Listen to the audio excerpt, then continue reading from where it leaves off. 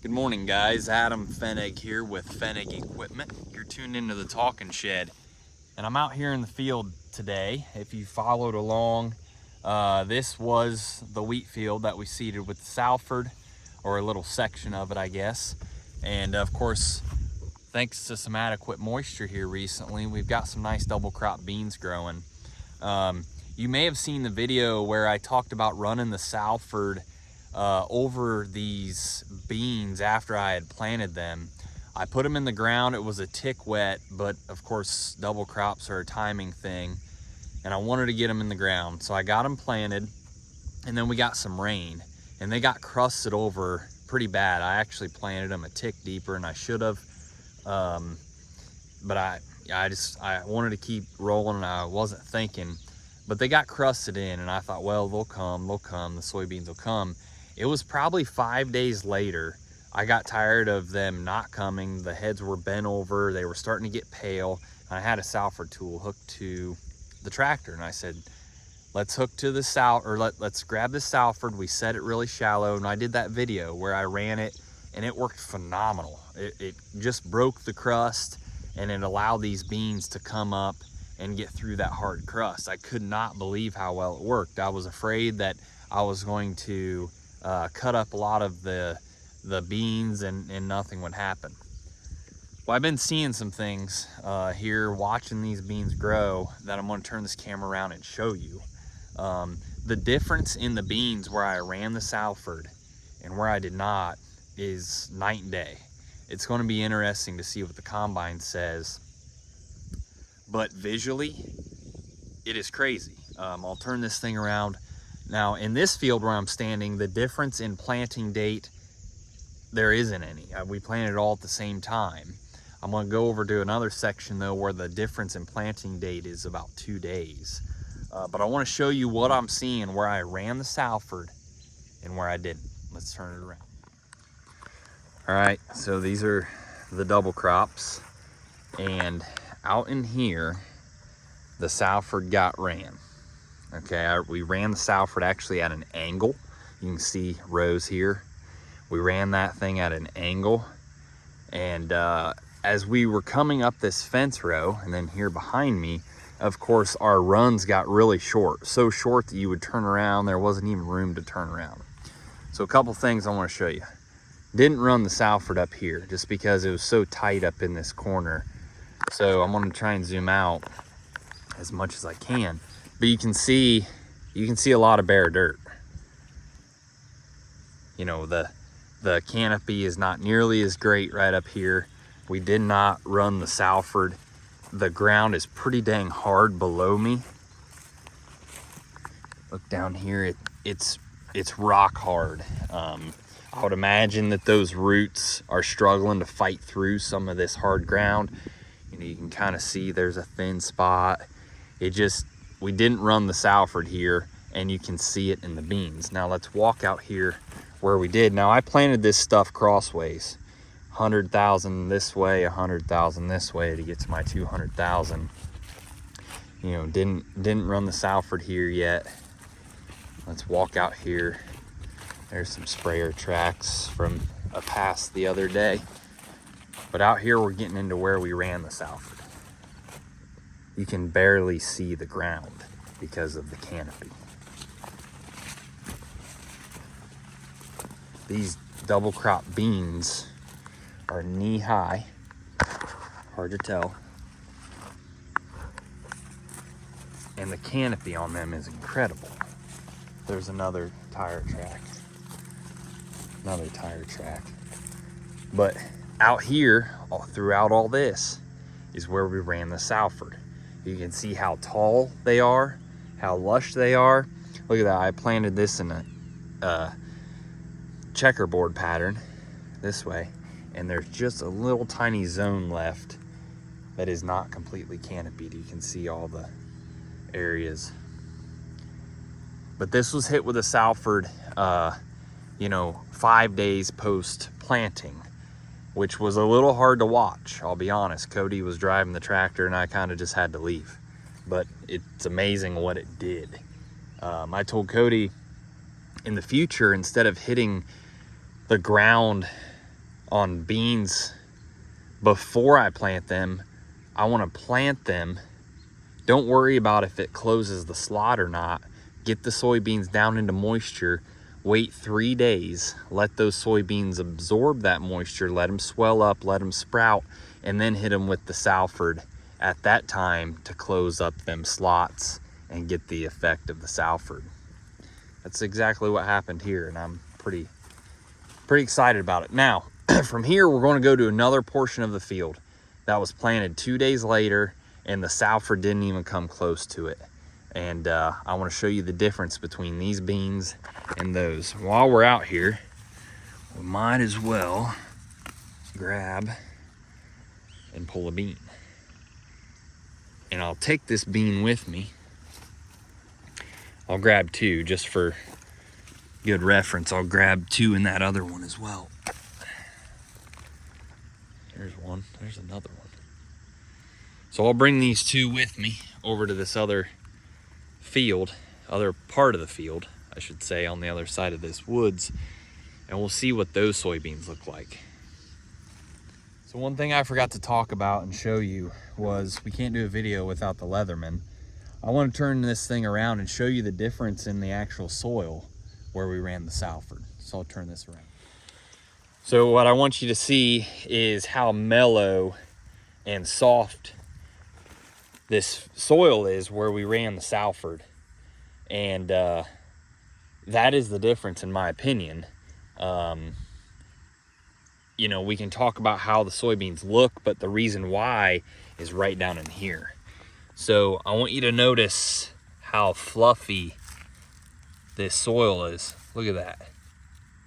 Go out into your field right now and try to get it to just kind of fluff and break apart. That is so hard to do for a wheat field, especially in August. Look at that, just break apart. It's that jackhammering effect that we talk about on the Salfords. I mean, look at that stuff. It's just broken apart. It's got air channels, and that is why these soybeans look the way they do, in my opinion. The roots have got room to grow. There's oxygen under the soil, and it's because of what that Salford pass did to them. I mean, that is just amazing how loose and spongy this soil is. Now, we've been getting some moisture, but I want you to see the difference right here versus this next field that we go to. All right, so we're over in the other field. Beans look pretty good, but remember, this was only 2 days later. Look at that amount of sunlight that can hit the ground. See how much larger the squares are over here? Quite a big difference in canopy. And like I said, they were planted 2 days later. Okay, but what I want you to focus on is the condition of the ground. Just walking out here, it is rock hard. Look at that crack. There are 0 cracks in the other field. Just some different observations. Look at that crack from the planter. Not the case in the other field. Okay, so here, these are the 2 plants that I had pulled. Here's the big one that I had grabbed. That's the second one I had grabbed. This is the first one I had grabbed. It had several right next to it. Not super bushy. But I'm gonna pull one out of here. Let's find a pretty decent bushy stand right here. Let's pull it. Now, a big thing I want you to notice. Look what just happened. It broke off at the stalk. I didn't get the roots out. Look at that. The roots are still connected right there.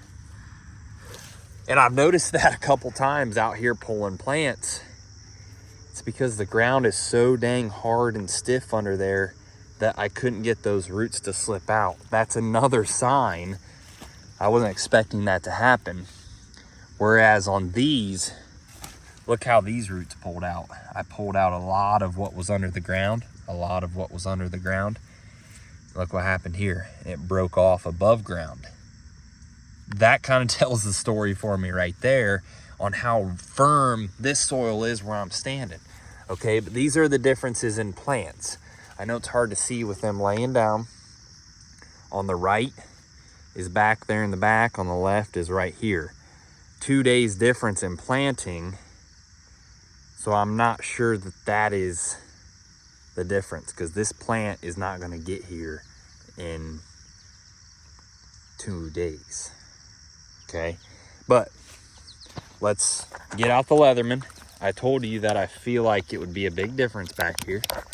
Sorry about the camera shaking there. Let's get out here and dig. Right here's a square. There's a crack in the ground, which again was not observed back there. But just pushing this knife in, there I fell into that crack. But just pushing that knife in, it takes everything I've got to get down in there. It's a lot. So let's do some digging here.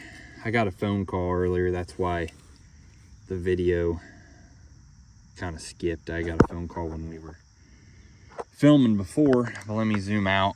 And so like I was saying, just pushing down on this knife, it's night and day. Just walking in this field is a lot different. If you kind of just scrape away at the top, it's pretty dang hard. It's like a concrete. It's a lot different than over there. Now, if I push down quite a bit, I can get my knife in the ground, but it doesn't want to break apart. I'm going to break my knife blade if I bend on that too much more. There it's breaking apart a little bit at the top, just the top 1/4 inch or so. There you can see my knife is just kind of slicing in here. It doesn't want to break apart. This ground is locked in tight. I mean, it is extremely tight, and you can see it visually. You can see it from the cracks. When this ground is receiving the heat, it's just tightening up. That's why you're getting the cracks, and it's extremely different from what we saw back there. It's just on the other side of those trees. And like I said, guys, the only difference here is we ran the Salford over that patch. We didn't run it here. And it's extremely visible is what I want you guys to see. It's visible on several levels. It's visible in the soybeans themselves. Look at the size of squares. Okay. It's visible there. It's visible when you pull the plants, and it's extremely visible when you dig and when you feel the soil and look at the soil, which is the root of all of it. The soil difference is why the soybeans are different, of course. So I didn't think that it would make that big of a difference when I was running it. But holy cow, you get out here and watch these things grow.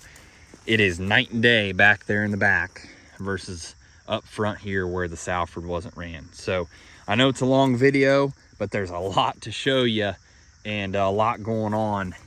And look at that crack. There's no cracks in that backfield.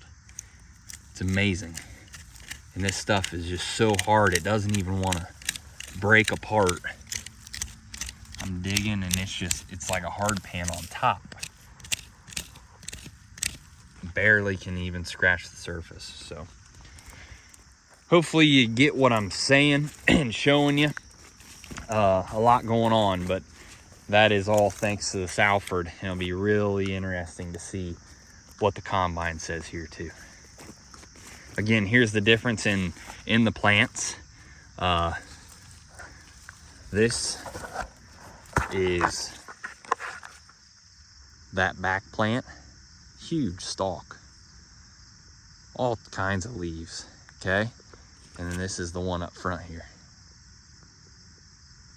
A lot of difference. And remember when I talked about how that thing broke off, it's so tight underneath here that when I go to grab onto one, that one, it wants to break off without even getting the roots up. It's so tight. Not the case in the back. I was able to get roots up. So thanks for tuning in.